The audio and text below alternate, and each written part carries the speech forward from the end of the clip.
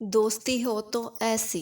एक बहुत खूबसूरत मुर्गा था, सुनहरी पर, लंबी दुम, सर पर कलगी का ताज। इस खूबसूरत मुर्गे के पास रहने के लिए घर ना था। दाना दुनका चुगने में दिन इधर उधर गुजार देता।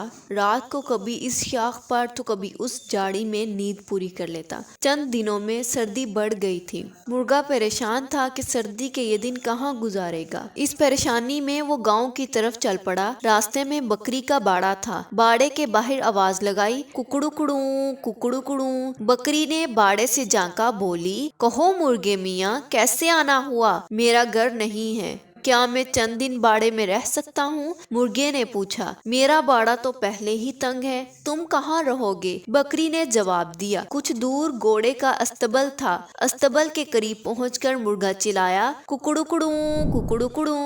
घोड़ा अस्तबल के दरवाजे पर आया, बोला, मुर्गे मियाँ, आज कैसे याद किया? मेरे पास सर छुपाने के लिए जगह नहीं, क्या मैं चंद दिन अस्तबल में गुजार लूं? मुर्गे ने पूछा। मेरा अस्तबल तो मेरे अपने बच्चों के लिए काफी नहीं, तुम कहाँ रहोगे?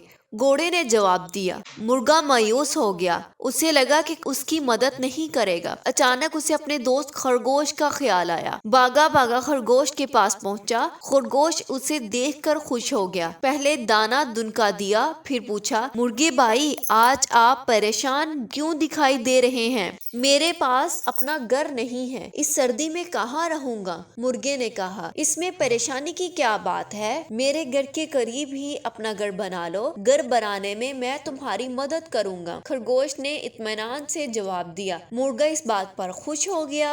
दोनों ने मेहनत करके एक मजबूत घर बनाया। दोस्त तो वो पहले ही थे, अब पड़ोसी भी बन गए थे।